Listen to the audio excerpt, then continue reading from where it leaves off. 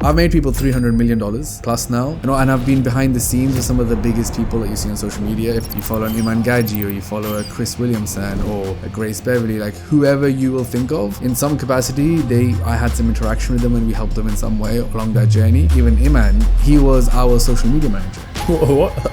Shan Hanif, the visionary founder and CEO of Genflow. From creators like Iman Gadzhi and Grace Beverly to global giants like Gymshark and Dior, his agency has powered over $100 million in revenue. For the last 4 years, he's driven $10 million plus in yearly revenue. And today, he's sharing the lessons behind that journey. I've helped so many people become millionaires. And after the fact, I realized that, I wish I had some ownership in that. So then I worked with Logan Paul and KSI, and the Prime deal happened whilst I was working with them. And it made me realize that I need to take equity. We can't just be building. What was the thing you were talking to Logan Paul and KSI about? The Logan Paul, I helped him with his... Oh really? So let's just imagine everything of yours online is taken down. You've got no Instagram, all your videos that you post on YouTube, all your knowledge out there is removed. What's 3 lessons or 3 rules you should live by? One is... That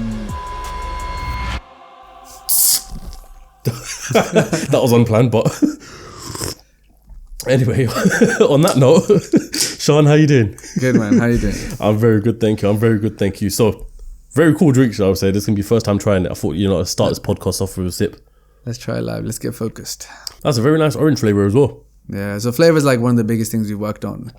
I feel like it's the perfect, what's the rate? Perfect carbonation ratio, if that's even the same. It's less carbonated than a soda drink by design. So you don't want it to be so carbonated. It's a little bit more than like a sparkling water. Yeah, that's why it's banging. So for people who are watching this podcast right now, tell them, I suppose, the best way to describe yourself, and also what is they're going to learn from you as they listen to this podcast. Sure. Yeah, man, I guess in short, I'm like everybody else. All my life was told I have to go to university, have to study. Did it to make my parents happy, became an accountant. Wasn't for me, left, started a business. It's been 11 years since I started this business since then. And yeah, we've done $100 million in actual revenue. I'm in the business of building businesses. So my company helps other people build businesses. This drink we're just talking about right here, I own 20% of this brand, and many others like that. So it's like your classic Dragon's Den, people stand and pitch and one of the dragons invests. We're like, we won't just invest, we actually will help you do it all and build. So I guess that's what we do. What you learn, I guess, we can talk tactical stuff, the mindset and what it takes, and just someone who's been doing it for a very long time. I've seen it, and I've been behind the scenes with some of the biggest people that you see on social media. If that's you follow an Iman Gadzhi, or you follow a Chris Williamson, or a Grace Beverly, like whoever you will think of, in some capacity, I had some interaction with them and we helped them in some way along that journey. That's me. Yeah, it's interesting because I know, for example, this is obviously heavily marketed by James Smith and Chris Williamson, but I know maybe not many people know that you're behind it as well. Same with Big Day, am I right? Is that what you partnered with Iman on? Yeah. Correct me if I'm wrong, but also the shorts. That. And I know there's probably many. And Grace Beverly, I'm assuming, is that productivity method. Yeah. Okay, interesting. Yeah. So there's a whole bunch of names. I want to know, and I probably want to get into this more later on in the podcast. So before I come into all the collaboration side of things, talk to me about your background. Where did you grow up? What was life like for you as a kid? Let's take it all the way back. Sure. Born in the UK, was here. My dad's a doctor. He wanted to always move back to Pakistan and build a hospital.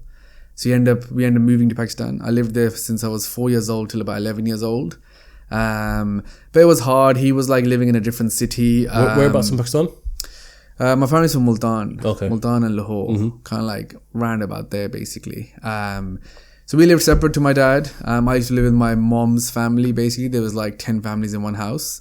Even though my dad was a doctor, but because we were starting out, we weren't like doing well or had money, if I'm honest.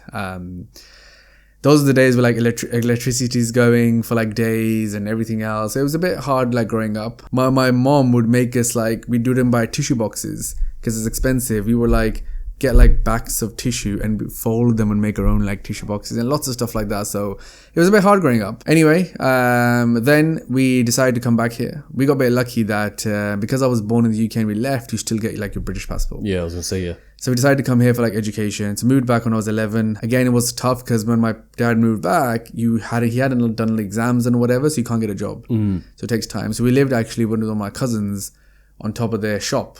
Which area? This was in Birmingham. Okay. So we moved to Birmingham. We used to live on top of a shop.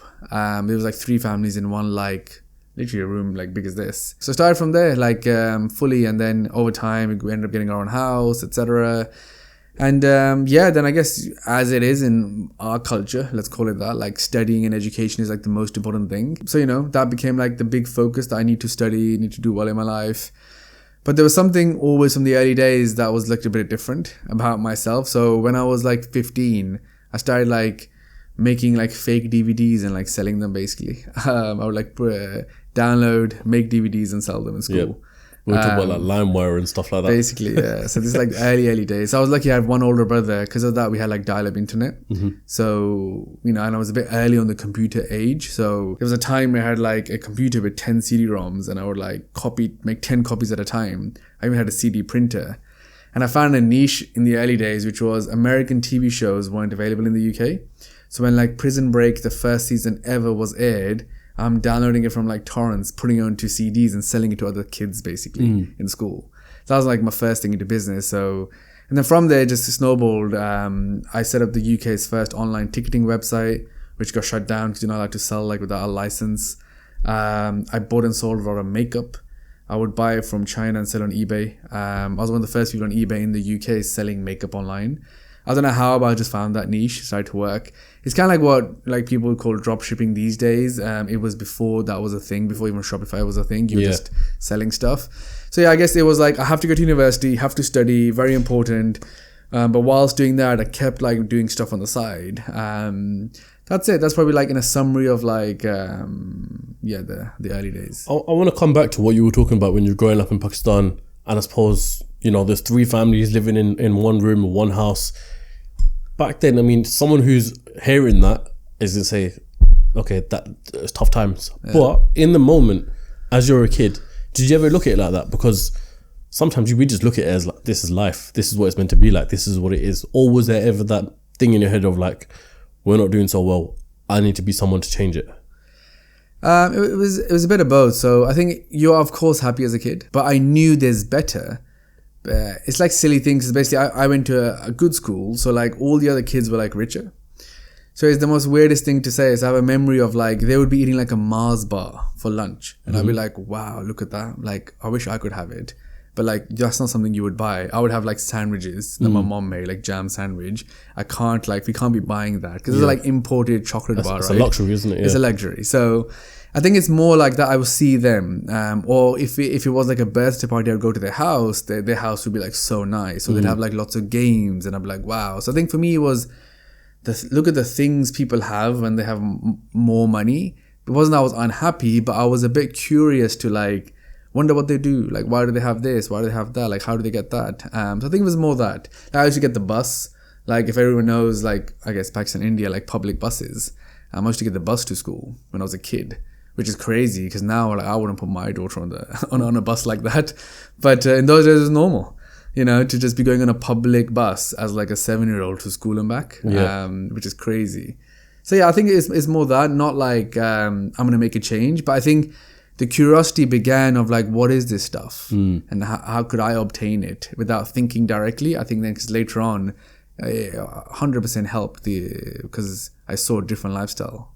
So as an entrepreneur now, I'm always asking people this question, and that is, do you think you're born an entrepreneur, or do you think it's something that you had to learn and pick up? I do think it's instinctive. I think it's instinctive to see the white space where other people don't. I think it's instinctive to be curious. So I don't know, it's a very good question. I think, in terms of are you like born with something? But I think then the curiosity is an instinctive thing, which some people don't have. And you'll see that, let's say in your group of friends when you're growing up, to your family members, to everything else, there'll be a type of person which is always going to say, they have a first negative response to everything. For example, you see someone successful, you'll be like, scam. Right? Yeah, that's your first thing. Like, or it's like, oh, they must have done something wrong, that's why he drives a nice car. It's always the first opposite thought or negative thought. And I think that's not an entrepreneur. So, and someone who then also plays it safe to be like, oh, what if something was to go wrong? I'm always been from the very early days of like, I wonder what this could be. Like, if I was to do this, I wonder what could happen. I always think of the upside. The bigger picture. Yeah. Yeah. Like, even if I'm like buying and selling something, in those days I wasn't worried that, am I going to get like, expelled from school because I'm selling stuff in like school playgrounds, like CDs. I just cared of like, I know people want this, I can do it. So mine's always been like, if it's going to work, I want to do that. Related to that would be just that, I want to prove to myself that this hypothesis I have is real. Because I think the other thing is, it's natural, you're thinking that, in a scenario, this is what people want. You have like an inkling for it. I think that's like your skill of entrepreneurship. So, you mentioned you had hustles earlier on. As you said, making DVD copies of Prison Break and then selling it in school. What was your real taste of money? What was the moment? Can you remember a point in your life, maybe as a child, where you thought, I'm rich now? I think it was when I was very young. It was in college. I actually got put up in school, so I didn't do year 7. What do you mean you got put up in school? As in, like, I went from year 6 to year 8. Oh, really? Yeah. Okay. So I didn't do year 7. Which is academically clever, or was that just a accidental thing that happened in the system? I can't even say. I remember because when you go from, I think year 7 is where senior school starts. Yeah. I think I did some assessment and they were like, it'll be better for you to be in year 8, not year 7. Even though just to be clear, I finished GCSEs with like just E's and D's, and A-levels I got a B, D and an E, and I got 2 at university. So like, I'm not like the smart kid. But yeah, some reason when I went to apply for like, I guess high school, senior school, they made me miss year 7 and put me in year 8. What that led was that I finished school when I was 15. So I went to college when I was 15 to 17. I went to university when I was 17. Like, I didn't have an ID card when we wanted to go out and stuff in uni, and it was like a big problem because like, I'm at university but I'm not 18. So when I was 15, I was in college, and that's when the first taste was. Why? Because basically I started buying and selling, and that was just doing well, and there was a month where I made $5,000 basically dollars, and that was the moment I was rich because I could like buy whatever I wanted to. So I remember thinking like, no way. Also because I knew my friends were getting like £3.50 like working at Argos. Or that was basically whatever. Minimum wage back then, isn't it? Yeah. So like people are making like nothing, and I made this much money, and that was the first moment in life where I'm like, shit, I have my own money now. Because till then you're still waiting for like your parents to give you money. Yeah. Because I used to get like weekly allowance. Which most people would listening to this would remember. Your parents give you £5 or £10 for the week, and that's meant to last you. So that was their why, because I could like go to the cinema, I could go to Pizza Hut, I could like the things that normally would be special occasions growing up. You could now do all the time. In an Asian household, you could do all the time, and that was the first one where like, oh wow, I can buy whatever. Because you have to wait till your birthday to buy stuff. Yeah. From, I guess, my upbringing. You go to a nice restaurant when it's like, again, an occasion. So like I would just every day be going to a restaurant to eat, going to the cinema, chilling out with your friends. So yeah, that was the moment where I was like, I like this. A follow-up question from that is, did you ever have that money get to your head? To be honest, no. Even to this day. I mean, I'm just looking at it as a young man's perspective. If I'm still in school and I'm earning $5,000 a month whilst my friends are on £3.50 an hour, it's easy for someone to fall into the trap of letting that money get to their head. No, 100%. I can't answer why it didn't, but it didn't. I think I saw it more as like, I've achieved something, or I have the ability to do something, so I'm just going to enjoy that. In reality, I didn't realize soon enough that I have this skill and I should really do something about it. It was more like, because because online was so new, you felt a bit underground. I know how to make money online. Sorry. So this would be, I was online selling between, started 2004. Okay. So this is early then. Earlier, yeah. 2004 to 2009 were my 5 year, and that's the time I left school, went to college, went to university. So I graduated 2009 from university. So those 5 years I was power selling online. In those days you have eBay power sellers. On Amazon I would be selling. So it's very early days that you feel a bit wrong, because nobody knows about internet, nobody knows about online, no one knows about online selling. So I wasn't thinking it was more I'm making this money somehow, I'm just going to have fun with it. Yeah. So I went on a holiday, took all my friends, I bought a car, like all the stuff you would do with your first money, buying PlayStation, like, so it was more, again, because you've not had stuff, getting the stuff, I was like, that's it. Yeah. And one thing I made a mistake of was like, okay, that's it now. I should now basically go to university and carry on in my normal life. It was cool. I did this like stuff, had fun. I wish there was someone in my family that said, you have a skill, let's like build a real business. Because I could have built a brand basically in the early days. Because that's what I was going to actually ask you next about university. And I know you're from pretty much the same background as me, both Pakistani. And my parents, they told me go to university and stuff like that. I'm not sure how it was with your parents, but I thought that might have been the reason why you go to university. Not you saying to yourself, maybe it's time to continue with what normal life is like. No, 100%. So I went because that is what you are meant to do. Yeah. Right? So it was a bit like, cool, I got this stuff working, but then, you know, I just need to get back to what the plan is. Because your whole life, that's the plan, right? So at that time, I wasn't mentally strong enough to be like, I'm not going to university. I'm going to keep this selling going. So yeah, that was the only option to go to university. And to be honest, because I didn't do good at A-levels, I went to Coventry University, which is like number 90 in the rankings, like one of the worst places to go to. It's the only place I could get into. One thing that did happen was when I started selling, I didn't care about education. Okay. So I didn't go to any lessons because I would honestly be waking up, packing like 50 parcels, and then going to the post office, then go to Pizza Hut, then watch a movie, then go home. Yeah, that was the priority, basically. that was my Education life. don't even come into it. Yeah, I actually went home this last week to my parents, and it was amazing looking through. I've kept like all the stuff you get, you know, for A-levels and stuff. And there's actually a report saying that you need to attend lessons, you will not pass, what are you doing, you're going to mess up your life. So yeah, I think the success led to no education, but I was like, I have to go to university. And then yeah, that was the plan, go to university and keep doing it. Did anyone in your school, aside from your friends, did any of the teachers know that you were selling or what you were doing online? No. Not at all? Did you ever want to tell them or anything like that? Again, no, because you feel like it was underground. Like you couldn't talk about the internet.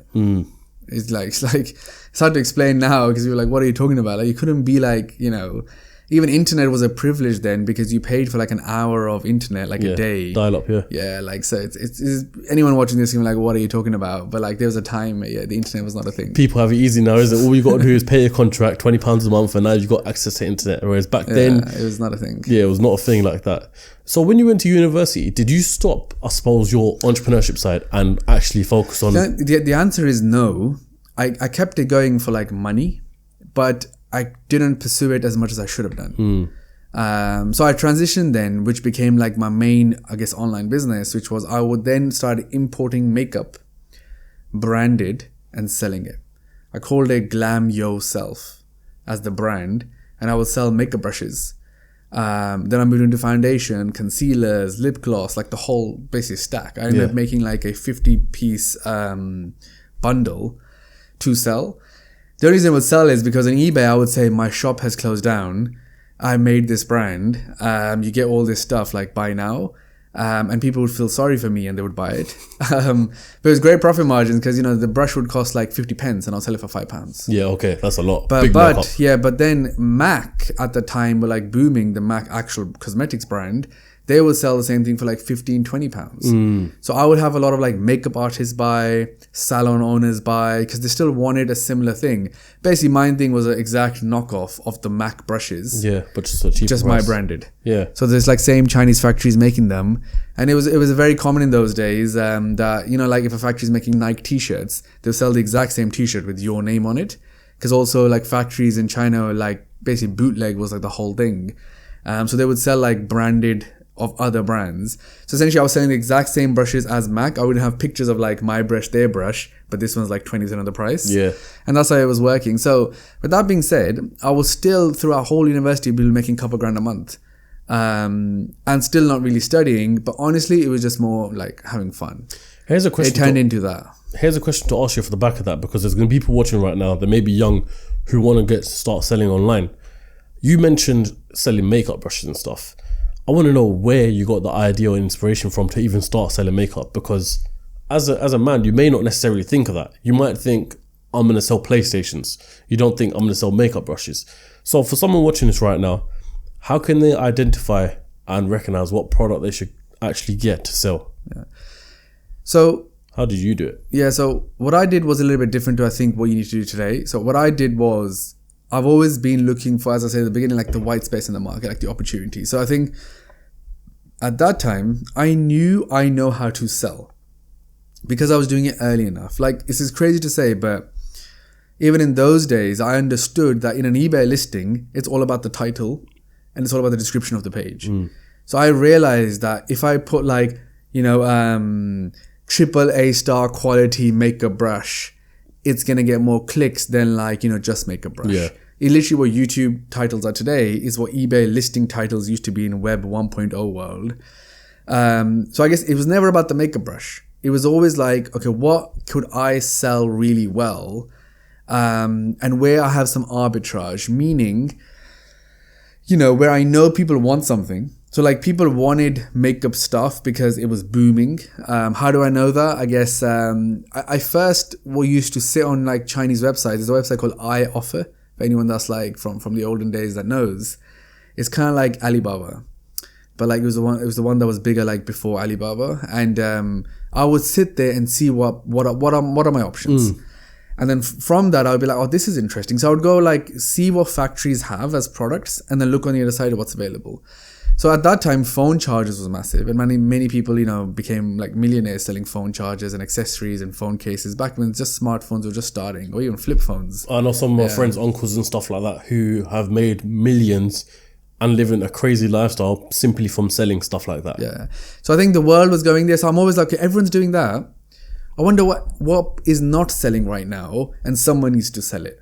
That's how it came about. Even we'll move on to like concept of Genflow, and it's literally how Genflow began as well.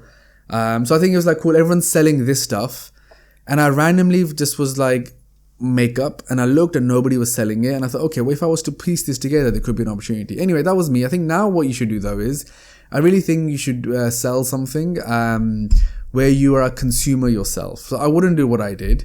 And that's why I never built that into a real business, right? It was good. I sold some online, but I could not scale that because I didn't have any knowledge about it. I was just good at selling, so I sold it. Yeah. I also did market stalls because I physically stood and sold. I kind of like learned how to sell it, but I couldn't grow it because, I'm not a consumer. I have nothing about it. So what I would do today is you can only sell something that you like to consume yourself, i.e. this makes so much sense for me because I've drank every type of energy drink, or I was taking like supplements in tablet format. So I am a consumer of the product. I understand it. So I think for anyone, even if you want to like buy and sell from China, just buy and sell something that you understand. But secondly, something that you see that if you were to put it together, people would want to buy. Example would be like everyone has phone cases. Someone makes a thing that you can, stick it to the wall. Yep. And now that sells a lot, right? But he thought about, what if I take this and just slightly make it better? Versus just selling a phone case too. So I think it's just that. It's like taking something that works and turning it into what you think. And if you're unable to think that, then that's the slight thing of like, maybe it's not for you. Because you should be able to see what others don't see. Did you ever watch programs like Dragon's Den, Shark Tank? All of them, yeah. And what did you learn from watching them? Because I watch a lot of them now. And similar to what you're just saying right there, of almost back to basics of find a gap in the market, but also something that you consume or you use, but that can others can also buy as well, and they'll be loving it. And one latest thing I've seen recently is actually listening to a podcast with Damon John right now with Cody Sanchez actually, and he invested into, I think it was socks or something like that. But the whole aspect of it is you buy socks, but we also give socks to the homeless. Okay. That simple model right there, nothing necessarily different with the product, but I suppose it's almost a branch of what you could do with the actual model itself to make it different. Yeah. I think that's true. So I think in reality, any business can be redone and done better. You would just need to have very good difference or ability to execute to make that happen. So I guess in the realm of, do you go with a brand new idea never been done? Do you look at something and slightly edit it, or do you try to redo something? Truth is, all of that works. It's which one do you have the most, what are your skills as a person, and which does that align to the most? Yeah. Because doing new stuff is very hard, just because there's a lot of unknowns. But yeah, if you were to redo a business which already exists, like a socks business, but a different business model, something where you give back to charity or whatever, then that could work. So it comes down to, I think, your skills and what do you care about. Because if it's just an angle to sell more in terms of I'll give to some charity, then probably not. But if you're like passionate about that in a real sense, then I think you'll be able to build that out. Yeah, and I think people can read through lies and also see the truth as well. So it works out. I want to come back to the story. So after you had finished university, what did you do from there? Did you get straight back into business? I know you mentioned that you... No, so when I was in university, obviously the goal was trying to finish this, and I wanted to get in a graduate scheme. Yeah. Because obviously, again, that's the route, right? I guess growing up, we're probably a similar age. Like, go to university, get a good graduate job, right? And then you're like on your way to success. And that is success. So I wanted to get a graduate scheme. So in a graduate scheme, in accounting, the way it works is then they pay for your ACCA for you to become a qualified accountant. Yep. But I didn't get a graduate scheme. So basically, yeah, the goal was get a graduate scheme. Didn't get one. Ended up going to work for like a local accounting firm basically down the road on a high street. And that was it basically. So like, yeah, did university, and I was like, I'm sitting in this like shitty accounting firm. Like, and the job was shopkeepers would come, drop a black bag of invoices, and I have to basically like open a black bag up and start from there, start putting them in folders. And then from folders, Excel is open, and one by one I have to type in like each invoice and do it. And my fingers would hurt. And like, that's what I was doing. I went to university and this is my job.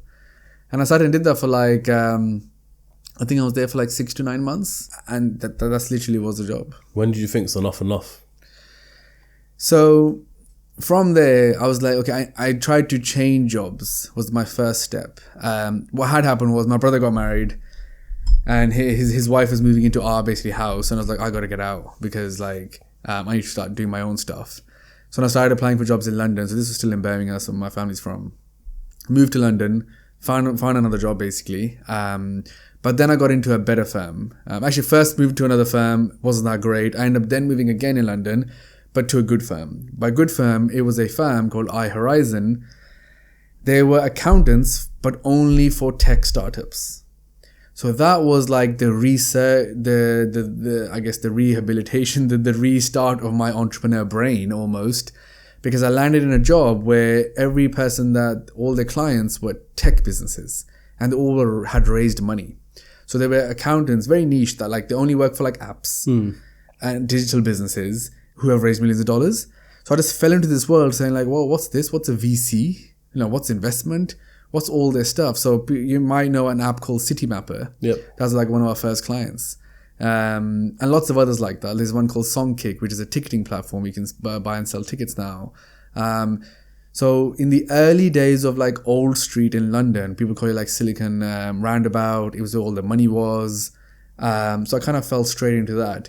That's when I started to excel. My two skills started to come together. And the model was very different, that you would go to their offices and you would sit in the company's office and do the work. Oh, okay. So it was like outsourced finance teams. So all of a sudden, like I've gone from like, university degree, shitty, accounting firm that you're sitting down and literally like typing invoices in, to like another job, which was just also like they were just going downhill, to like now I'm in a place where this is cool. So I'm going into like nice offices. You're allowed to dress casual. So I'm wearing a t-shirt. It's no longer a suit. I go in and, dashboards are up, like they have users, they're making money online. I'm like, yo, what's this? Like, I want to be part of this. And like the CEO's 30 years old and, it's just a whole new world.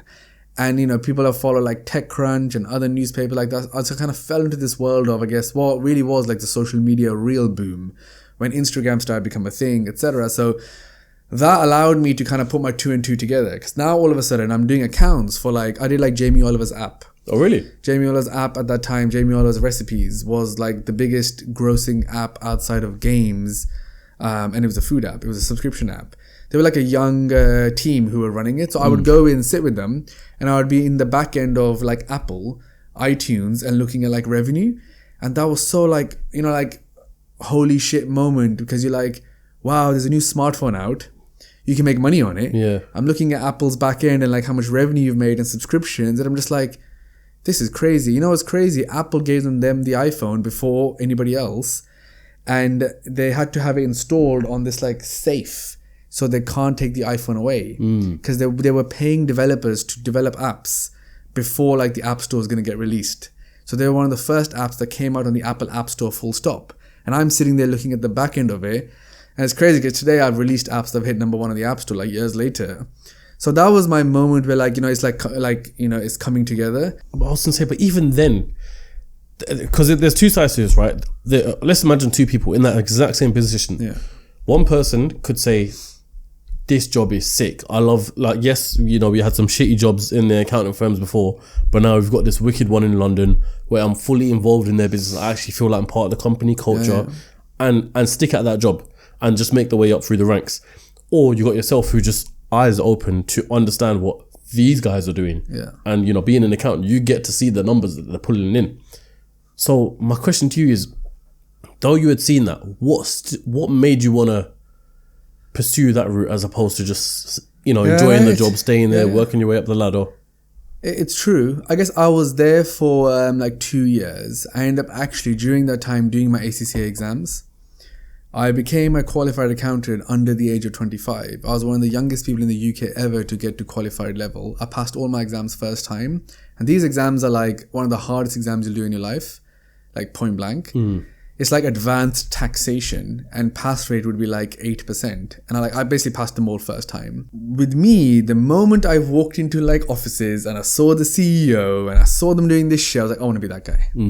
It was because that was what I had been like doing all my life almost. So I think, I guess in a parallel universe, could have stayed there, could have like built myself up. But I think it was the best thing that could happen to me that I felt I worked for an accounting firm that worked with startup businesses and young, cool entrepreneurs, because then my eyes were fully open because this is cool, not the work that I'm doing. Yeah. And I think, that's what it was. So what did you do from that point? You got back into business. What did you do? Yeah, so I guess the way it happened with me was Did Genflow come from that? Or was straight away. Okay. Yeah, so straight away. So I guess I'll tell the story of exactly how it happened. So whilst I'm going and working with these mobile apps, really cool clients, I'm still a massive user of like internet, massive user of like online forums. So I guess for any old school people here that are my age, like 30 plus, you will remember there was a time before social media was popular. The same behavior would happen on forums. So someone would write a post, then everyone in the comments is like talking just like our comments are today. Yeah. But the content was just written. It wasn't like, a feed, was no pictures, stuff like exactly, that. Yeah. So I was a big user on forums. And I guess where my brain started to turn was I'm looking at all these mobile apps. I'm looking at the raising millions of dollars. That's where Instagram got bought by, Facebook bought Instagram. So I'm seeing these $1 billion valuations. I'm like, yo, if I had a mobile app, if I had a social media platform, I'll be mega rich.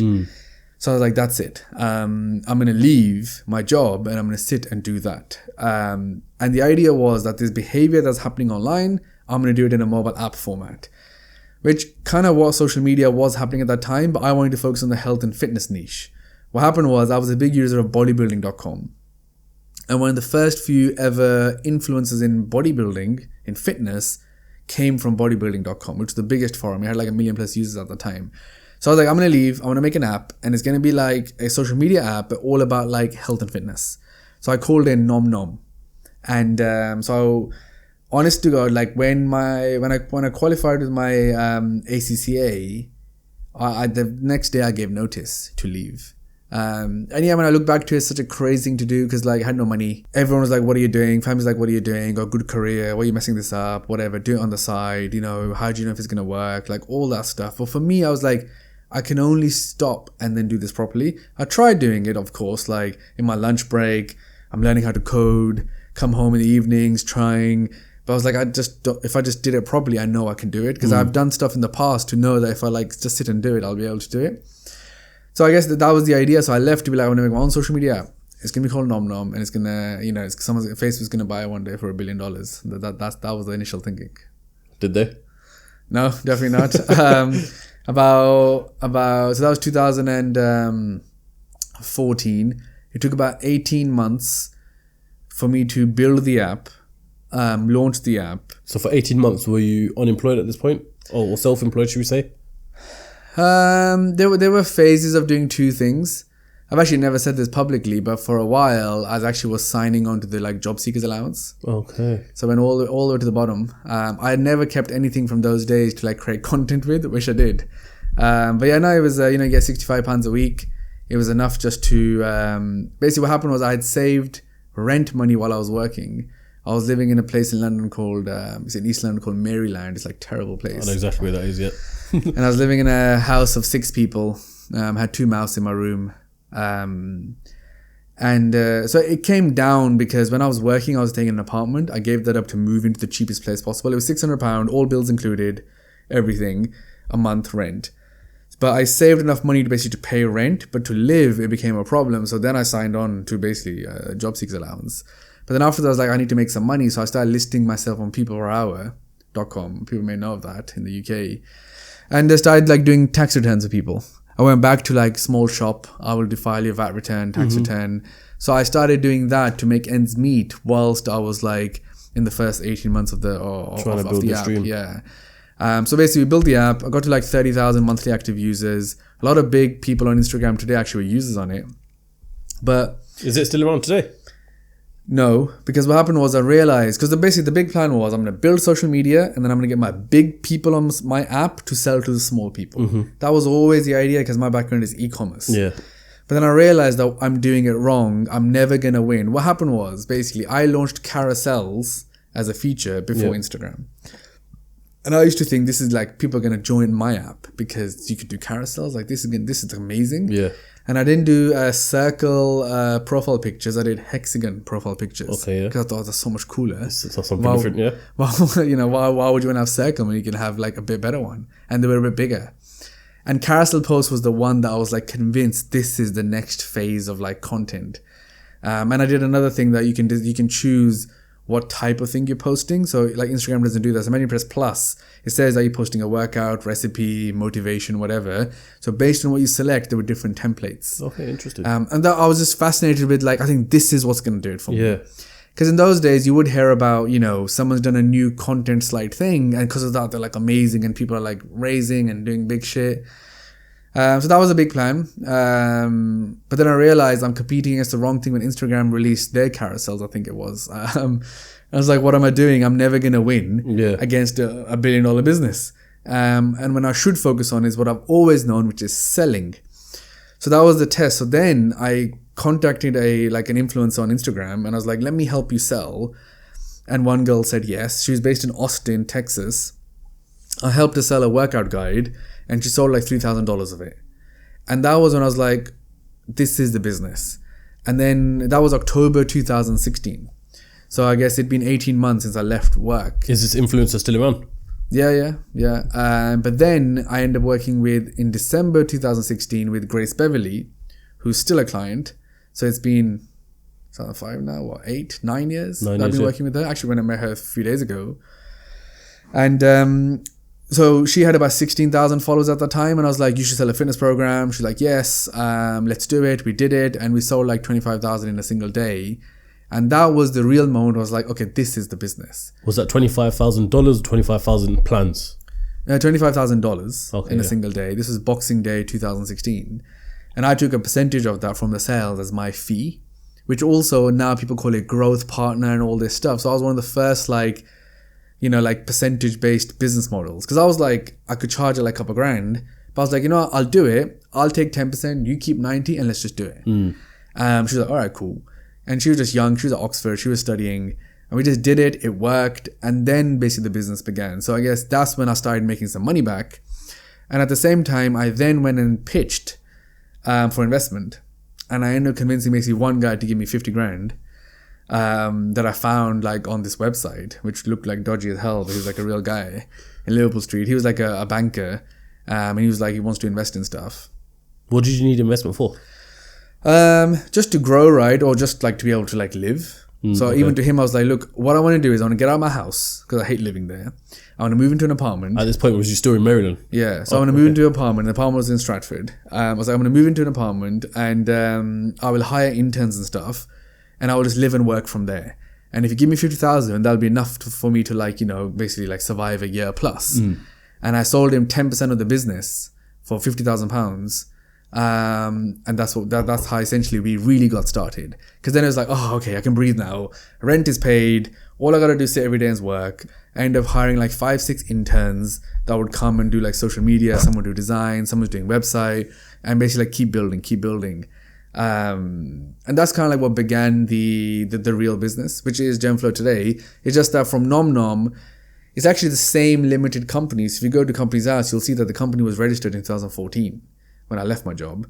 So then I rebranded to Athlete, AFLETE. That was the first name of the same business. I feel like I remember that. Yeah. So that because I was so focused on health and fitness, so I guess Nom was rebranded to Athlete. And then in 2018, 2 years later, I rebranded to Genflow. And since 2018 now, it was called Genflow. And I guess the change there was that I first focused on fitness and then transitioned to basically anyone with an audience I can help with. And like, any businesses we can scale over time. So then we transitioned to Genflow. That's essentially how I went step by step. What would you say your biggest aha moment was? When would you say you finally cracked the model? It honestly was that day when we sold 25,000, because I know I'm all about selling, because I had been selling all my life, as we discussed, right, from eBay, etc. So like for me to know, like, she just like put a post up and we just sold 25,000, and I understood maths, unit economics. You're saying like, watching Dragon's Den, etc. Yes, the biggest thing that I learned from you said that earlier, was that you need to know your numbers. And then I was an accountant, so like numbers is naturally something I'm very good at. Even like just understanding. So I think the fact that I understood that's all profit and this thing works, and we sold it all like organic, that was the aha moment. That was like, because I was always a consumer, going back to, I loved following people online, even on the forums. And I was curious. I was like, why do I care about what this user is saying on this forum more so than a doctor or some guy with a best-selling book on Amazon? For some reason, you're connected to that person. Just while like someone's listening to this podcast, which is what the guy in the university is going to say, it's the same as that, right? So I think that was when the sales happened, I knew I'm onto something that no one knows anything about. A bit like, because being on the internet early, right? I was like, I'm onto something. My friends are making £3.50 an hour. I made like £500 this week. I'm onto something they don't know. So it was the same moment. I was sitting at home, and my parents, and we've just sold this much, and I'm like, how can you sell 25,000 in a single day? Like this, like I know something nobody else does. That was the moment I knew that I just have to keep doing this now. That was, you said you sold with Grace in 2016. Yeah. Right? That's early doors for digital product. I mean, I didn't know anything about digital products back then. Nothing at all. No. What was the space like in terms of digital product now? And the reason why I want to get into this topic is because you have done both digital and physical. So I kind of want to understand what made you want to do it then, and what's the better model? What do you prefer? Yeah. I guess digital product has, it wasn't called that then. It was actually very hard, because not only to my clients, convincing them to like package content and sell it, it was tough, because they were like, what do you mean? I was like, well, it could be like a PDF. They're like, what's that? So it was very hard. And at the same time, when you're growing a business, I'm meeting investors, I'm pitching, people had no idea what I'm talking about. So it was very hard in those days, because you didn't know what it was. But coming back to, I guess, digital products, ultimately what they are is either structured or unstructured content. So what that means is, right, so content is just a type. It can be video, it can be audio, it can be text. And ultimately, if that's structured, it's a course. If it's unstructured, it just means like it's a feed of content in any structure. So like OnlyFans would be like unstructured. Yeah. Because you just pay and someone's going to give you extra content in whatever way. They can send you an image, video, text, and in whatever way. Yeah. Structured is that you're structuring it as the author of the content into a fitness program, into a course, into whatever. So ultimately, that's what digital products are, because you're creating a product out of content. And we were one of the first people to do that. The other thing that we did very early was that I built a tech platform, which we're actually about to finally launch after 9 years, to sell this stuff. Because in those days, there was no Kajabi or School or whatever. There was no way to physically do it. Like, there was no way for people to pay and get the content. So my business is Genflow, even though it's like described as an agency, always our biggest USP has been is basically like we have tech that we built that will help you like monetize your audience. And in that, then over the years, we built all the features you can imagine. So yeah, that's how it began. And then from there came a game of like copy and paste. Like how many more people can I sign and do the exact same thing with them? I'm going to come into the tech side of things because I think it's very interesting, especially the fact that you just said, it's been 9 years in the making and launching it now at last. But before we come into that, so I suppose your big first client was Grace then, right? Yeah. At what point, as you just said, you've been trying to sign more clients.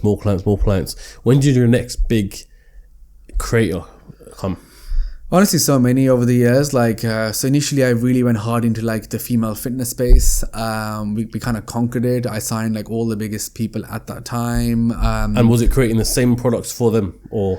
It was just digital products, right? So everyone has their own niche. So what happened in fitness was I scaled by understanding, okay, she's a CrossFit girl, she's a yoga girl, she's like a beauty building girl, she's like this girl. So like every type of thing that I could sense people are asking for in social media, we would find someone and package a product and sell it. And again, just for everyone watching, it's like the way we did it was that it's sold as their name. Yeah. So you wouldn't see anything about me or my company. We're hidden. Yeah. I suppose that's kind of what you do now as well. Yeah. So we are like the people behind. Everything looks like them. Their followers are gonna love it. The followers are gonna buy off them, and the whole model is working. It's a bit different to a lot of the people today. They're trying to do like a marketplace where it'll be branded still as them. Like even if you use school as an example, right? It's like school.com/you. It's not yours. So we leveraged our tech platform to be white labeled from day one. Yeah. So you'll never see the name of my company or platform. Everything is under your name. So really empowered people to be like, it's my thing. That was my pitch. It worked. And yeah, look, it took me 14 months to, I guess, since we launched Genflow, to hit $1 million in revenue. So in 14 months, I guess, when we transitioned to e-commerce only, I ditched the social app. It took us 14 months to basically become a 7-figure business. And then from there, we've just grown year on year. So the next year we did, I think 2, then 4, then 11, then 18, then 24 last year. And this year we should do about 28 million revenue. So and then every year we've just consistently grown. What do you think the secret is to growing at that rate? Evolving. You got to continuously evolve your business model. Even this week I've spent like 6 hours with my board, about 10 hours with like my leadership team, just discussing how are we going to evolve our business model? How are we going to like keep going after the new thing? That is why people in your family that have businesses never grow, because they keep doing the exact same thing in the same way. But over time, that is just going to diminish. Why would you say, I know it's going to sound like a stupid question, but why would you say it's important to evolve? The reason why I asked is because there's always been that saying of, don't fix what's not broken. And if you're growing at a steady rate, and if you're growing, as you've been doing year on year and building more profit and more revenue, etc., why change or why evolve? But that phrase, right? Don't fix what's broken. But you're not here to, make sure things don't break. You're here to grow. So the grow would be the opposite of that, right? Like, it's like the worry would be like, oh, it's working, so don't touch it. It's like, no, like it's working, but you have to look at the opportunity in the market to like slightly change so you get bigger, slightly change so you get bigger, slightly change so you get bigger.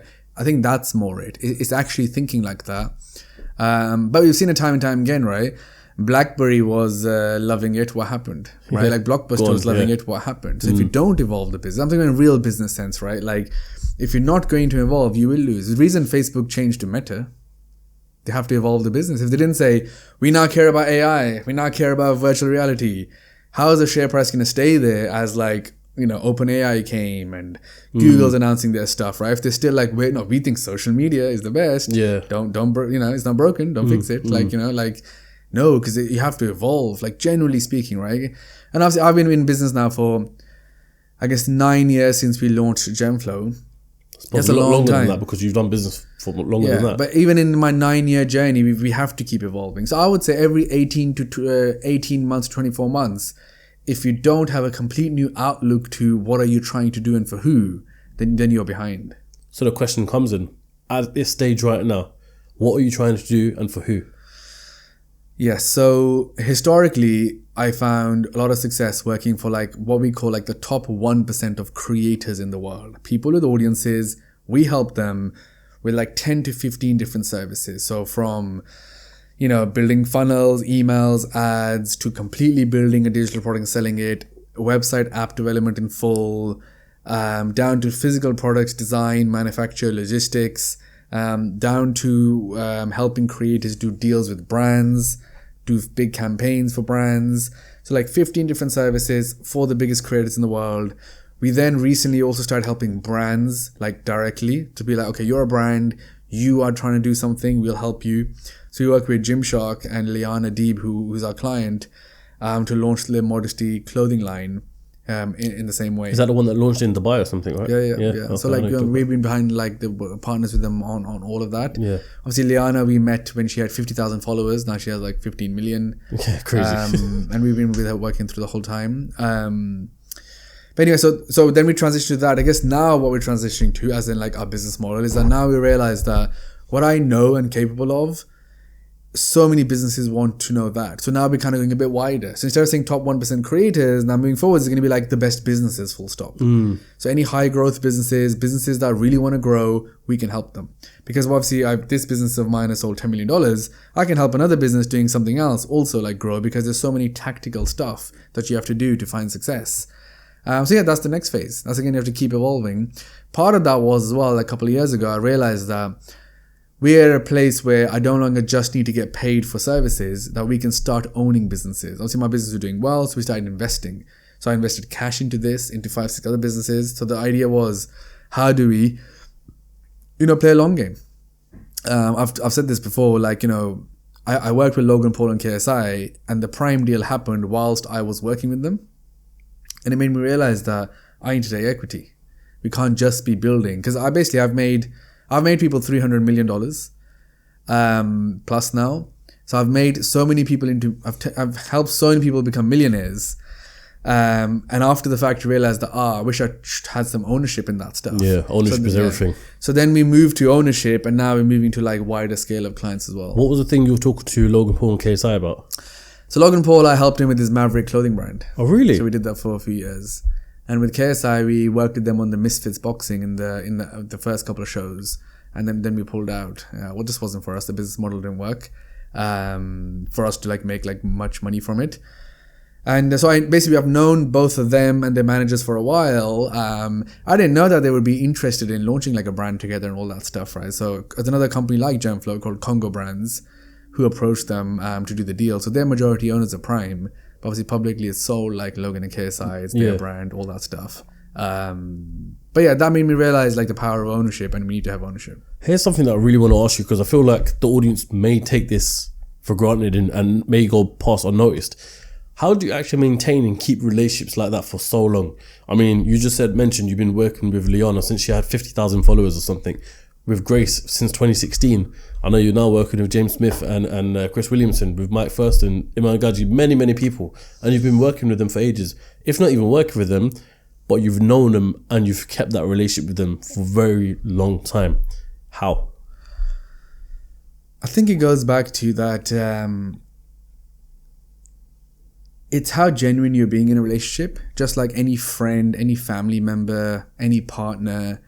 Right? That means that when you meet them, you would make the effort to like be impressive, be nice, be good, all that stuff. So I think a lot of people, when it comes to client relationship, they generally think like, haha, I convinced this guy to give me some money, and that's how the mindset is. It's like, I can't believe I got away by, and they're going to give me 5K for this.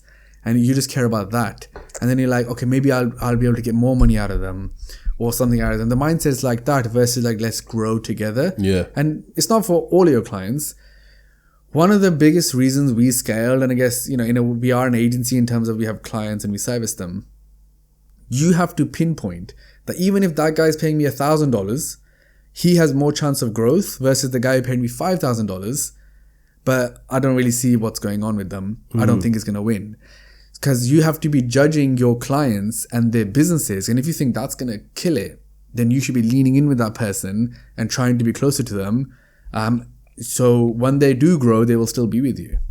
Like with, even Iman, he was our social media manager. What?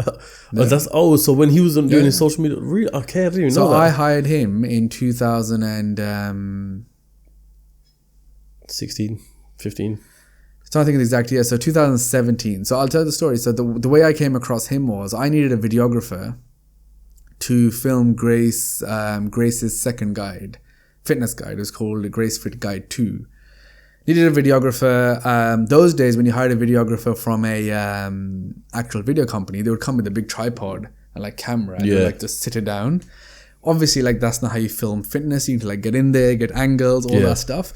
So I started looking for videographers on YouTube, and I came across Iman's video of him going to the Gymshark event in London, and he like filmed for them.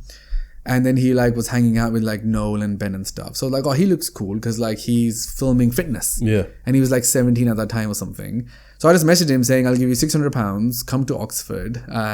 We need to film some stuff. And he was like, cool. And that's when I met him. And then from there, he ended up basically like, we hired him as like a social media manager. So I was technically like his first ever client. Yeah. So is this after the first gig that you done, you decided to take him on? Yeah. Okay. Yeah. And then from that, because people started seeing the work he's doing for us, that he started getting inquiries, whatever. And he was like, oh, like, you know, shall I do like a mini agency thing? I was like, yeah, go for it. To me, it was just amazing that he was like still in school and it's working. I was like, oh, whatever he wants to do, just let him do it. It's okay. Because I wasn't too precious about like he has to be with us forever or anything. It was just like, the whole thing was so new. Instagram stories, I believe, had just come out at that time.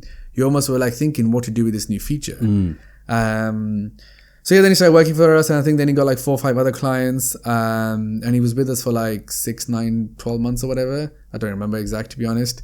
And then he transitioned away from us. But he started still helping me in terms of like campaigns. So we've shot a lot of campaigns, a lot of other stuff. Then he hired a few video people. He used to send some of those guys. And then essentially slowly he transitioned to selling digital products because the opportunity just became known that the opportunity is there in the market to start doing that. So anyway, and yeah, look, on the way here, he sent me a message about something. So, you know, that's like, 9 years? Anyway, going back to like the point, it's just nurturing those relationships over time. And even though it may not be much money, but it's you recognizing that, you know, some things, that this might be worth it in the long term. And so you just keep that relationship going. Let's imagine Iman's watching this podcast right now.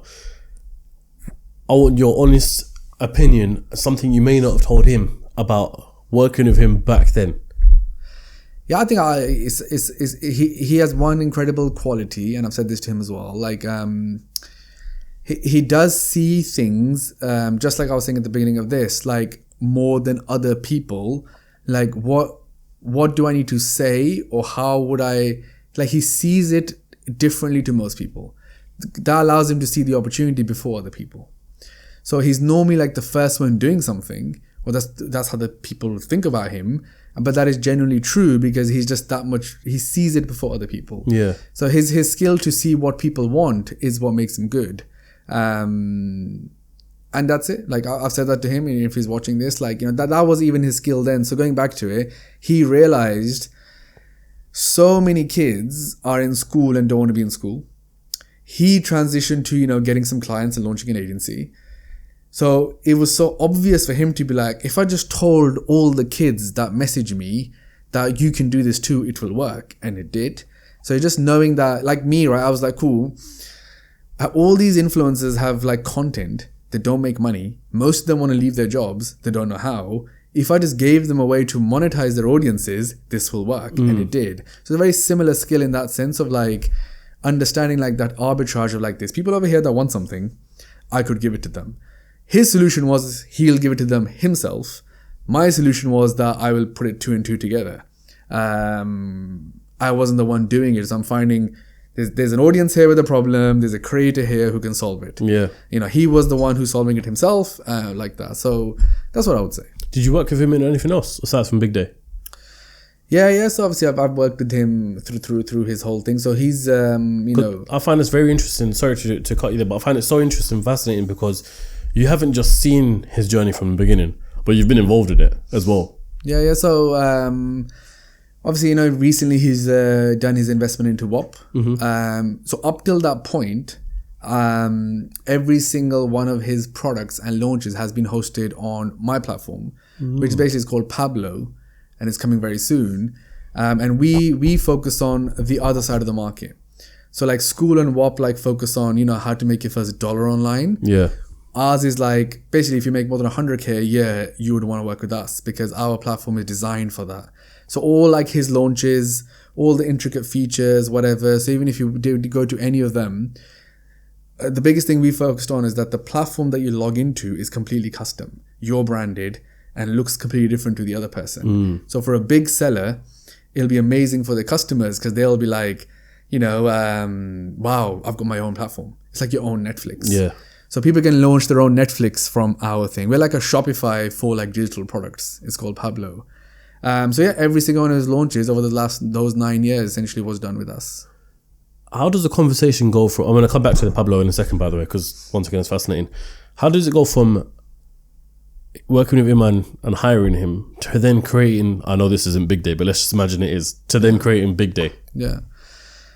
I think the conversation was, and look, to be completely transparent, like we launched Big Day really well, and it's kind of like on hold at the moment. But we did it because I have the infrastructure. He has the audience. We were like, we can definitely build products here, you know, for his audience. We want to build products around what he actually consumes. But transparently, between me and him, we've said this to each other as well. Like basically, we don't have the time to give to the project to actually scale it. Just because the amount of things that he's going on, I've got going on. So at the moment, we're kind of like in like limbo. It's there, people are buying, but we're not actively trying to pursue it. So that's how it came about. Because it was like, we could do it. Obviously, before that, we did the Gadzhi glasses as well. Are you still part of that? No, so basically, we came out of it recently because he sold a stake to somebody else. So up till that to point... Danny Buck, as we're talking about. So he's got a small share, and then there's another guy who's basically like has a glasses background. So up till that point, for like 5 years, we did it. Yeah. And then we moved away from it, and then he has like basically relaunched. Till that point, we did it for about 5 years. Yeah, no, the reason why I said Danny Buck is because the last podcast I've done where we started speaking about Iman was with him. Okay. Because I think he just acquired into it as well.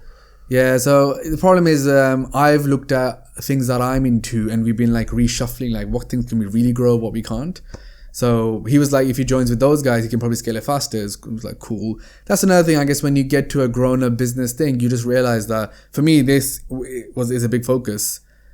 Because it's just, you know, it's working. I can see it. It's like, cool, I'll invest more time in this business than other businesses.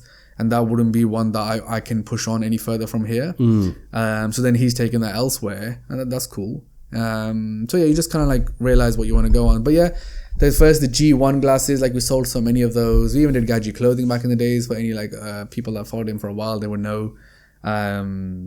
Yeah. Well, how do you decide who to work with and what to create? Now, I want to put myself in this example here because I'm a podcaster. You can see that. How do you decide if you want to work with me? And secondly, or I think the most important thing is what product do you even create? What do you do? Yeah, I guess, look, we have a lot of data. So I would say you need 70% like same sex following, you need 50% same location following. Then essentially you have like a real following that would buy from you. Why? Because people buy from people like them. Well, okay, so what do you mean? 70% same sex as me, so 90% of followers are male for me. Yep. So that'll be a tick. Yeah. And then same location. Yeah. Just country or actual... Yeah, just country. So it's a 50% UK following. Yeah. That would be the next thing. Then, so that's like initial check because without that, it's very hard to sell. We've passed that one. Yeah. Next thing though would then be, so that's the quantitative stuff. And then the other thing would be like, are you growing, 10% like normally like growth rate per month ideally would be good. And lots of other like quantitative data. The other part of the analysis we do is qualitative data. So we actually built our own like creator analytics tool. It's called Genlytics. And essentially I can search anybody today and live put all the social media data. So I could search a YouTube channel and get the data. And it will analyze it and tell me is it good or bad.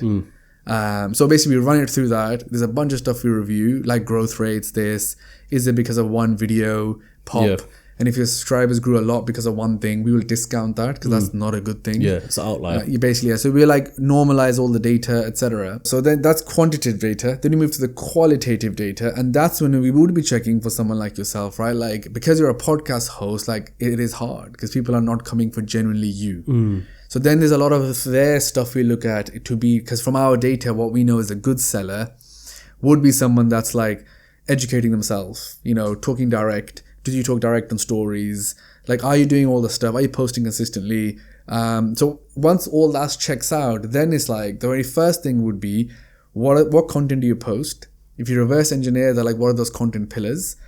And because those content pillars will be solving some problems. And then if you look at those problems, so in this case, Chris Williamson, right, he's solving problems about personal development all the time. So a product which will help people become more, productive just makes so much sense. Wouldn't you say arguably he's a podcaster and a lot of the people go to his podcast for the guests as well? Yeah. And obviously that's why we first did a combined brand. But number two, there is, I guess, an inflection point where the numbers are too big. But the other tell signs are, he had like a 500,000 people email list. So he has a lot of engagement of people actually listening to his advice, because that's not about his guests whatsoever. It's about him. So that was one thing. Second thing was, we do surveys. So the final steps of that is like, okay, like now let's do a survey to see what problems people are having. Yeah, let's ask the audience. Yeah, so I guess on Newtonic, a little bit different, because we got James first, and he has his own audience known for himself. And then we added Chris to kind of like make the brand bigger. So he kind of gave us like the exposure, but James gave us like the cult following, and then the combination worked. But in that time, Chris has slowly now developed his brand to go past just being the host. His tour did well. His single episodes do better. The vlog episodes get more, views than even the podcast sometimes. And in more and more of them, he's giving more of his take and stuff on things. But that's normally what we go through to be like what the product is. Obviously, most likely digital product is the way, because it's you're enhancing what you do in your content. Again, it's just packaged. But physical obviously requires a lot more thought, because you actually have to look at the competitors, what everyone's doing, and all the rest of it. So this drink right here, Newtonic, were you the brains behind it? So it was a few things. Can I just say as well, I'm focused on this episode. Yeah, focused. So it does this thing. Yeah, it does. It really does. I'll have to crack open another can in a minute. So what happened was I was following James for a while. And the truth is, like, I have a team that like sends emails to people, and they sent him an email. His manager got back. He had talked about nootropics. I was interested in the space, so when he came into our office, and then we sat down. My team presented like, I think we can build something in the nootropic space, because like energy drinks are like, there's a better way of doing it. And so the conversation started from there. So I guess I introduced the idea. He really wanted to do it because he understood the market. What happened was he was like, why don't you put your best formula together? I'm going to go away and look at some stuff too. And we kept talking. So this is what people don't realize, that, I invested so much time in not getting paid, because you're working on something and you're hoping it will pay off. Because a lot of people don't do something to get them. Make sure you get money first. It's a long play, isn't it? Make sure your invoice is paid before you even can do X. It's you won't ever get good clients if you think like that. Yeah. Because it's too transactional. So in that case, we started speaking. There was clear synergy, clear like, okay, we can do this or that. So basically, before this, a brand that's killed it is On It, which Unilever bought for 200 million, and Joe Rogan was like the face of it. That was the first like big nootropic brand in the world. Is that a drink as well? Yeah. They were only tablets. Oh, okay. They're still around, but they got big on like supplements basically. So for us it was, so then basically James' manager, his name is Luke, he also worked with Chris, and he introduced Chris to be like, what do you think about him? So we added him to the call as well, we started chatting, and then it was quite obvious, it's very clear that we understand this market. It's because all the target market is their audience, and it's even me. It's anyone that's trying to like make shit happen in their life is our target audience. So but that's how it came about. But everything you see is like my team. From the design, the brand, the eye, the name, like all of it, like we put together one bit by bit. Where does the name come from? So obviously new for nootropic, tonic for like drink. And we combined it like Newtonic. And what about the logo as well? Yeah, no, honestly, so we went through because I look at it like it's borderline sick, borderline Illuminati. Minions, some people call it minions as well. No, but you're right. So I think the eye is like, how if this is there, how would you would immediately look at the eye? Yeah, 100%. So it's like you immediately look at it, and obviously it was a great decision, because on social media has worked so well. How it came about, so there's a video on Newtonic.com. Anybody wants to know the backstory of Newtonic? There's actually an actual clip of a call recording where we're going through different design concepts because we like documented like the journey of building Newtonic, and there's a moment where I show I as an option. Everyone's like, whoa, that's cool. And that kind of became how it was. It actually was generated from AI, the I. Really? Yeah. No way. And so yeah, then the I became the thing. Then once we saw it, we could not have it because everyone would have done classic, to put letters sideways. Yeah. Like Prime like style that. or whatever. Yeah. Like everyone has the same black can. This is so different looking that on social media, even if it's in your hand, like even in this, like in the shot, in these cameras, if it's on the table, someone whilst watching this is gonna have a quick look like, what's that? Yeah, and that becomes it's a symbol. the brand recognition. A lot of people do this, like you're focused. Yeah. Do you think you could get to a point with this brand that you don't even have to have the name on I think there? the I is pretty synonymous now. Yeah. I would definitely say. If you see like this I, you will know that this is the brand. Obviously, we've sold enough products, like 3 million cans now.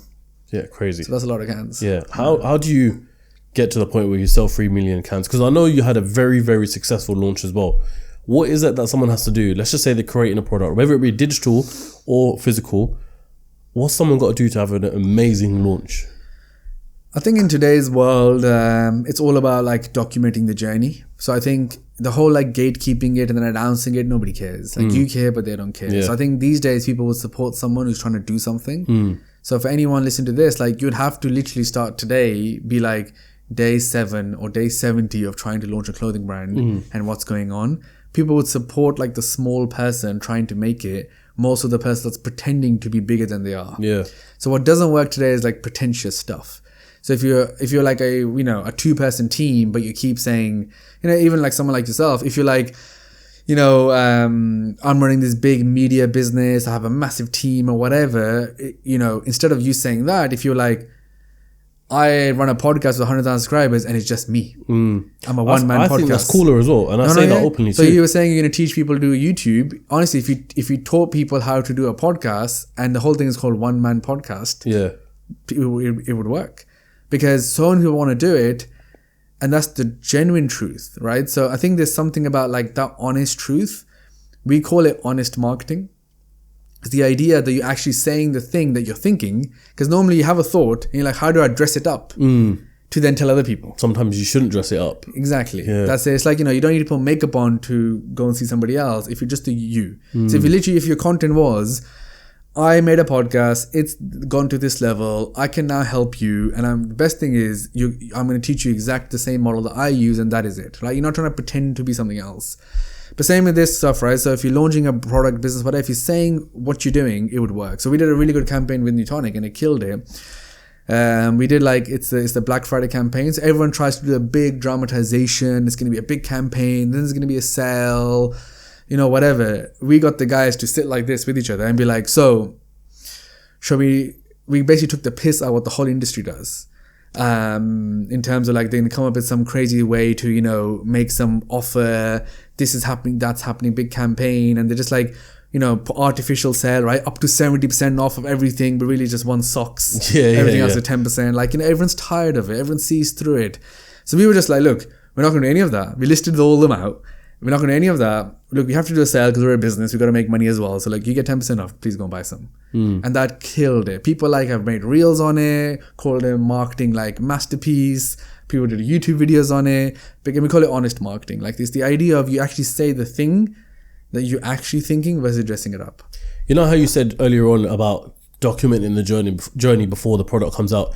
Did you guys do that with this as well? And not just yourself, but anyone involved in it. Chris, James. We tried to as much as we could because the guys were bigger. But the way we did it was that we kept taking clips and footage and everything to utilize it afterwards. Less so that I'm building a business, come help me. But I think if you're a bit smaller, then you can. That being said, though, I think a lot of people knew that it's coming. They were talking about it. We put out servers and stuff. So it was a little bit less because they're a little bit larger, because we knew we were going to sell. It's different. But if I was starting out smaller, I would definitely do that. And look, we have lots of businesses. I have a business called Creator College, which I'm 50% owner of. We teach people how to make content. That's done $1 million in 4 months. Crazy. There we documented from the very beginning. So on the Creator College Instagram account, we literally we're posting reels of every meeting, what we're doing, whatever. Because then we built almost 10,000 followers before we had even launched. And because people are paying attention. So that was the right thing to do for in that sense. So we did do it. So documenting it before, because you rather might as well just put out, we're deciding which color. We're deciding this. What do you think of this logo or that logo? Even that will make someone buy. If you end up picking their logo and using it, or the one that they chose, they'll feel a little bit closer to buy from. Yeah. I definitely wanted to get into this, and I'm glad you brought it up now. What is the whole idea of Creator College? Because I see you post it a lot. Yeah. I remember when it first started as well, because I'd seen it and I was like, this is quite sick. I automatically assumed, and maybe this is an aspect to the business as well, that it's almost the same sort of model that Genflow has, but a do-it-yourself model where you create the products around that. What is it exactly? No, so we're purely focusing on teaching people how to make content and then teach them how to monetize it. But it's all education based. So in 2020, I bought the domain and I sat on the idea ever since. And then finally, I met one of our creators, June, who's great. Decided to tell him about it and we thought, let's go in 50-50 and do it. And he's amazing because he's gone from like 0 to 5 million plus. We did a few $1 million. So like he had been through the whole journey. He has posted every single day on Instagram for 5 years. Never missed a post. So, that's dedication right there. Yeah, so I just knew he's like the right person that I need to do this with. So the premise is, the way it works, it's live. It's 100 people for 4 weeks.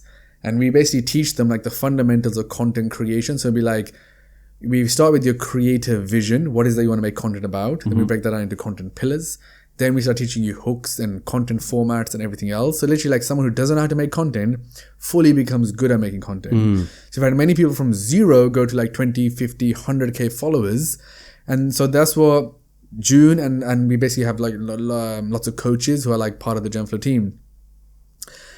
Then I come in with a couple of my other team members and we teach them how to monetize that then. So, okay, now you have 100,000 followers or you have 50,000 followers, 20,000 followers. Should you launch low ticket or high ticket? Should you do one-to-one? Should you do a coaching? Should you do a mastermind? Should you do this? So then we give them the full plan on how to do it. So over the 4 weeks, you go from basically learning how to make content and like launching a lead magnet, launching a low ticket product, high ticket product. And then we just had one of our students, do a launch and she did $100,000. And before that, her biggest launch was like $20,000. So we have a lot of small people who are just starting or like people who are like, anywhere from 50 to 250K followers and they're trying to scale. Why did I launch this? Yes, because at Genflow, we work with big clients and we always say no to the small ones. And another way for me to scale my business is that I'm just going to start helping lower people, but we have to change the model. I can't sign them and do it all for them. Yeah. We just give them all the tools to do it. And then that's eventually... That's when Pablo comes in, because eventually now so 2 things. So one, we're going to give you the software. So you don't need to use any other software. You can use mine. And then if they are amazing, we'll sign them and completely become their partner. So almost like finding our next Grace Beverley's, Chris Williamson's, whatever, like ours. It's like having an academy in football. Yeah. It's the same as that. So that's the big play. So I've made a video on my YouTube channel about like my $500 million exit, how I plan to get there. These are all the steps I'm taking. So you plan to exit 500 million? Well, I think I can sell the business for that much if I keep doing what I'm doing. In what time frame? Let's see. But, within like, I think a 5-year period from now for sure. How old are you now, if you don't mind me asking? How old are you now? 36. Okay, so by the time you could do by the time 40. By the time 40, I think it's possible. Yeah, a lot of things have to go right, but anyway, anything from here is up and success anyway. But yeah, so we're playing some strategic things of like going after a bigger market and trying to take equity and stuff. So like trying to build a value overall. But you seem like you have a genuine love for the game and for what you do. Do you want to exit? I think if you're not, you'll be stupid too, because that's how you will get paid. Right. So yeah, I had a dinner the other day with another person who sold the business. He was like, one of the things that he didn't realize was he lost all his infrastructure and ability to execute. Because even for me, if I want to launch a brand tomorrow, it's light work. Call the design team. Hey guys, I've got this idea. Boom, make it happen. Call my manufacturing team. Find me suppliers. It's easy. Almost anything we can do. Just like that, because I've built the infrastructure. We have like 5 warehouses, like we have 140 team members. They're just so easy. So yeah, you would lose that. But exits are like in different shapes and sizes. So for people listening, what I could do, for example, is sell half of my shares, but still carry on doing the job. So like represent, like, they've just done he's done the George, he's done the same, he sold a chunk of his shares, was carrying on, because that's the only way you'll get a lump sum. Because as a business owner today, all the profits are in the business. I take a salary. That's it. So I'm just on a salary like any other employee. Yeah. The irony of it is a lot of people think you leave your job and you'll become like this financial freedom, and you're like, it's not. Like, you actually still I'm just working for my clients now. I get a salary, but you're just building a big savings pot in the value of your equity. But the thing is, it's much more rewarding than working a 9 to 5, because simply you're doing what you love, or you can choose to do what you love. Yeah, obviously, if you're in a job, you can switch to a job, but potentially that could be the case too. But, in this case, so yeah, why exit is because it'll be the smart thing to do, whether you want to sell completely or not. So, even like if like Facebook, listed on the stock exchange, that's also exiting. Because when you IPO, all Mark Zuckerberg did was just sell lots of his shares and get rich, but just carry on. Yeah. So yeah, I guess in essence, I probably wouldn't want to stop, but I just would want to cash out and keep going. Maybe there's a part of me that wants to fully stop, we'll see. But yeah, at the moment, the infrastructure that I've built, it's too good to give up. It's funny because going back to the Dragons and Shark Tank, especially on Shark Tank, they say it all the time with the times when you don't want to exit is when it's a good time to exit. 100%. When you start thinking about exit, it's the wrong time. Yeah. And I think for that, but then the question always comes of, if you exit fully, if I was in your position, I'll do exactly that. Exit half, because then you can still do what you love. Yeah. If you exit fully, yes, you've got the money, but then what do you do at that point? Yeah, of course, obviously. It's because I'm quite lucky to be in a business where we like doing the latest, like best stuff, and then working with, I guess, the biggest people in the world, the coolest people. I've done so many cool things. Like I signed Anthony Joshua in his prime. I did all his stuff. I launched the AJ BXNG brand for him. We were in JD Sports, online, in shop. Like, to work with him was just such a crazy experience because, from the UK growing up to then I'm like sitting down with him, talking with him, going to training sessions. Then he lost to Ruiz and everything went backwards, and we had so much stock and it was hard. Like when you've had all these experiences because of what I've created, then it's hard to be like, to give it up. But, we'll see what happens. I want to come to Pablo because I know this is exciting, but before we get there, just one last thing on creators. I think there's this misconception that creators seem to have, like you have to have millions of followers before you start selling a product and before you can make a serious amount of money. So how do you determine how you can sell something at what sort of following ratio, the whole lot? Sure, yeah. So I guess if you're a business owner today, you should, even if you have a tiny audience, you should have like a 1-to-1 offer. So people can like basically hire you for something. There's like no reason why you should not. So you should be monetizing from the very beginning. It's just that you got to do the right type of monetization for your size. So if you have a very low audience, high ticket 1-to-1 makes sense because you have the time and you can work with people 1-to-1. But if you have a larger audience, then selling low ticket with less 1-to-1 access to you makes sense because there's going to be too many people who want your thing. Yeah. So it's just about doing it at the right time. You definitely don't need to wait to sell. That's like a made up thing for sure. We have like someone with 100,000 followers will outsell someone with like 3 million followers. And it all is because of obviously the more educational content you create, the higher chance of you selling. If you're making memes or whatever, of course not. So I guess in the spectrum of content where you are not the expert talking about something, then it's hard to monetize. So if it's like faceless accounts, if it's, news accounts, repost accounts, like all the stuff, you're not a creator. You're more like let's just call it some sort of media page, repost page or whatever. You're making money from views. Yeah. But if you want to make money like off social media platforms in your own world, as in bring the traffic to you, then honestly it's got nothing to do with number of followers. It's just how many people are paying attention to you, right? So if you put up a story, how many people will click the link? What percentage? How many emails do you have? Email is one of the best ways to make money today. So you get a lot of people's emails and you hit them with valuable emails and then you'll convert them. So you're just ascertaining that. Like in our creator college, when I have calls, like one guy had like 1,000 followers. I'm like, put up an email list. He did. He had 100 people come to that. I was like, cool. He was like, I'll go start now. Email those 100 people. Say I'm looking for 2 people to work with 1-to-1. And he actually signed 2 clients. So he had 1,000 followers. There's 2 clients. I think they paid him $2,000 each.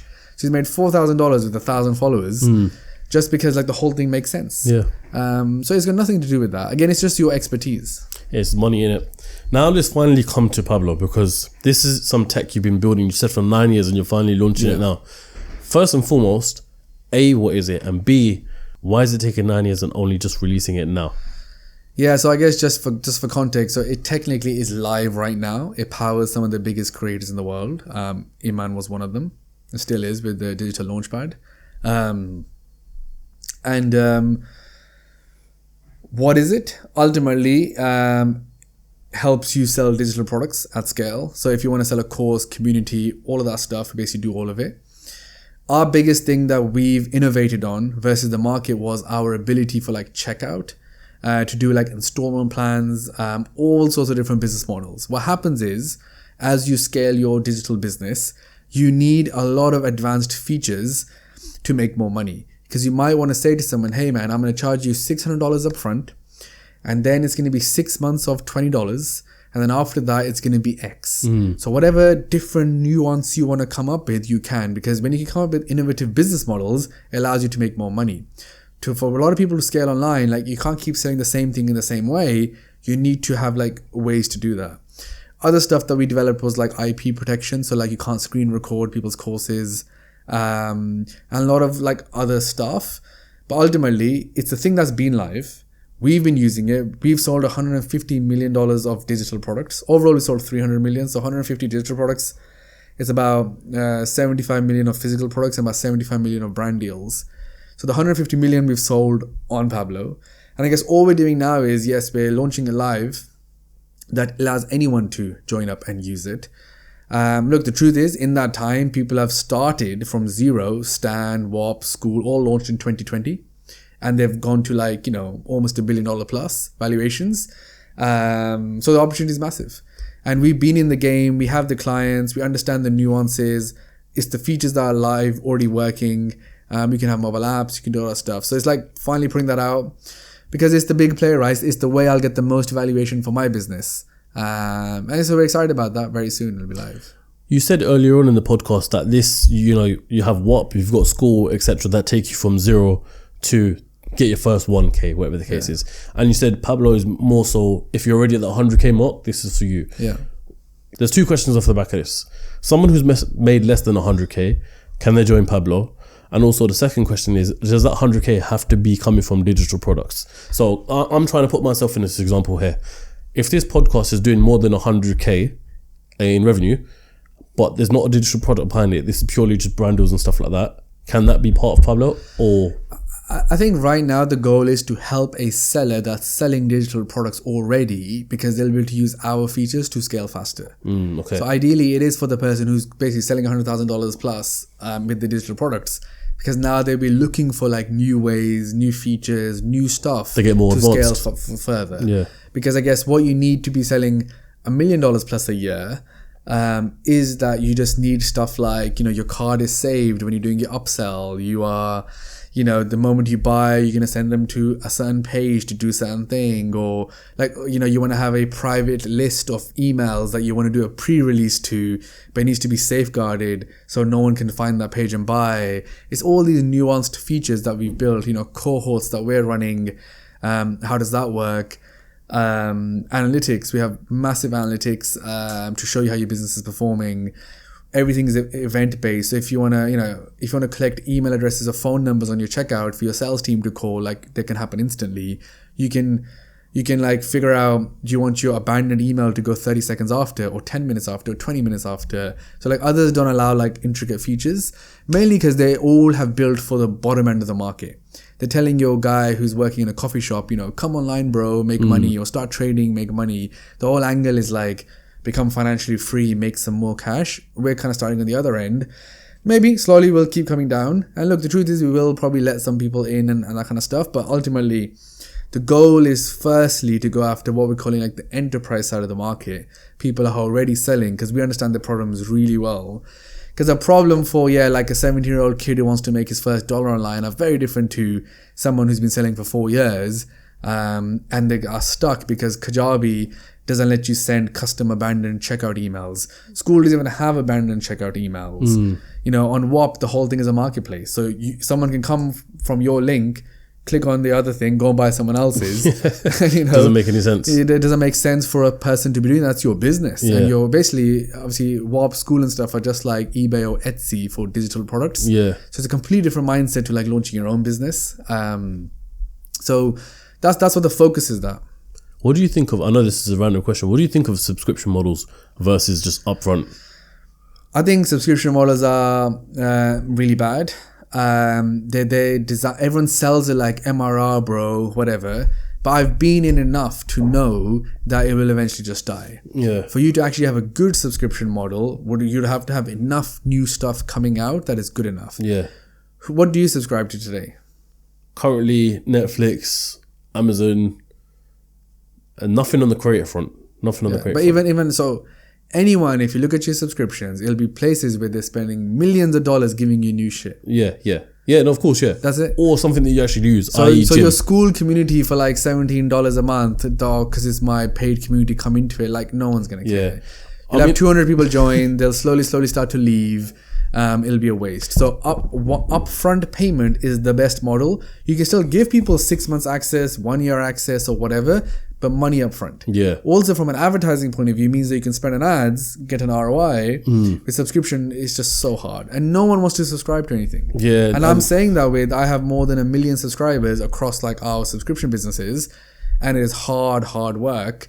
And I'll openly say it, I still don't want to subscribe to anything. Yeah. Like, as a person. No, I agree with it, man, because I've tried it before, and what a horrible method it is. And I fell into the trap of, I wouldn't even say it's a trap, but you know, you get people online who advertise it saying, as you said, MRR, bro, like you can make $20,000 a month easily. Just but the thing is, what they're not going to tell you is anything about churn. They're not going to tell you anything about the rate of people signing up.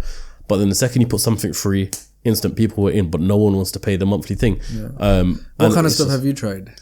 So I tried the subscription thing. My thing was going to be similar to, have you seen what School of Hard Knocks does, where he brings in mentors like every single weekly calls? So I was doing that. When it came to the free one, was fine. There was like 700 people in there. It was easy to get them in there. But then when it came to, okay, cool, we're launching this now, paid thing. All it is $30 a month. Are you in it? And then it's just the churn that you have like 20 people in there. Then it will churn, then it will grow, then it will churn. And I was just like, this is long. And then I spoke to quite a few people after, including Iman, Sabri Subi, and a few others. And they all just said, it's long. It is long. And a point you just made there, which is what they said as well. If you get the cash up front, it gives you the ROI, it gives you the money for the ad spend, it gives you so much more flexibility in terms of budget and what you want to do with it, that it's just easier to do that method as opposed to subscriptions. Yeah, subscriptions requires it's just the value just isn't there fundamentally. Yeah. And that's why it just doesn't work. Because you're dressing it up the value, you're trying to create value. If you were actually saying every week I will be there and I'll actually like do stuff for you, then it's different. Yeah, exactly. That's a lot of hard work though. Yeah, no, it is. It is definitely long. Yeah. Well, as we near towards the end of this podcast, what do you want people to know about you that we haven't discussed today already? I think it's just that point what you just said. So what I would say to anyone listening to this, you got to remember, there's so much information online, and most of the information online is dressed up because, not exactly because someone's trying to sell you something, more because that's how social media works. So you have to be like, this hook, this thumbnail, that title, whatever, it's designed like that. I would just say people to look through that. And I guess with me and I guess what I'm trying to do, it's more like the depth and the realness of like business and what it takes. I'm just not a big believer of if you're the whole idea of you're escaping a job, a 9 to 5 will never be successful. Like my brother works full time for a law firm, and if things goes well, he'll be clearing multi-million this year, and he has a job. He doesn't have a business. Like this idea that only way to success is through entrepreneurship just isn't true. The way to success is hard work and getting good at stuff. So if you become the top like 10% employee or become a top 10% entrepreneur, you'll be successful. So it's irrelevant which path you choose. It's just about success. I think that's like first thing I would say. Second would be to always have to be curious, always got to be learning. Now AI is here. If you're not spending your free time learning it, you will become just like your parents. Because your parents didn't use social media. They just thought, what's this weird ass thing? How many of your parents right here listening to this are like using social media the right way? Yeah. They don't know how to. They missed it because it's not for them, right? Like, what's it got to do with them? And that will be AI for us if we don't pay attention to that. So if you're spending all your time to be curious, be curious. I was curious about social media and I built a business which is worth more than $100 million now just because I was curious about social media. So anyone listening to this, I would be spending all your extra time that you have. Learn AI, lean into your skills, figure out what is it that, you can truly do, and you'll end up basically finding success. On the last note there that you said, how does someone study AI? How does someone learn AI in their free time? What they got to do? Do it yourself. So we didn't discuss it, but from my point of view, I've been a big believer of like, an hour of doing something is much better of like 10 hours of watching about it, reading about it, anything else. So like, just like go on like Twitter, for instance, start looking at, tools and stuff people talk about. Like I was sending to my team this morning, the new like VO like 3, the new model, crazy, yeah. and the stuff you can do. But like, we need to try it. Yeah. Like, I need to sit and try it myself. Yeah. Because again, just seeing, this new thing exists and this is the output. It's like, no, yeah, but you don't know how to do it. It's like people are like, I know about content. You've never made a reel. You just know about it because you just watch it enough. Well, I know about this, I know about entrepreneurship, I know about business models. We never launched a subscription model, but you'll have strong views on it. That's the other thing today, because most people's information today comes from like, 100 different YouTubers that everybody watches. So there's a lot of recycled same opinions online. Same with AI, you might think you know it, but I would spend time doing it myself to know it. Definitely. Just everything, I just jump straight into do it. There's a common trait that entrepreneurs have, and I want to see if you have it as well. And the question is, when is the last time? Well, let me put it like this first. You're a boy who was once in the UK, then moved to Pakistan, then came back to Birmingham, living on top of a shop, and gone through so much in life. When is the last time you really stepped outside of your own shoes and looked at your life and be like, my life is flipping mad for where you've come? To be honest, a lot. A lot, yeah. Yeah. And I think that is the thing that gives me perspective. To be honest, so I did a birthday for my daughter and I had about 100 people come to it. There's a lot of family I haven't seen for like 5-10 years. And that was such a perspective moment because I stood there for a moment just thinking, what I've managed to achieve. These were like the same uncles, the same people. My whole life that was like, wow, look at them. They got a big car, they got a BMW, whatever. And now like I'm so much forwards, and it's not about like because I'm better than them. No, it's just because like I followed my intuition and people don't. Some of my cousins were now asking me like, what's, they're trying to do social media, they're trying to do this. And I'm like, do you remember like 8 years ago when I was like saying, guys, I'm building this thing or whatever, and no one would be paying attention.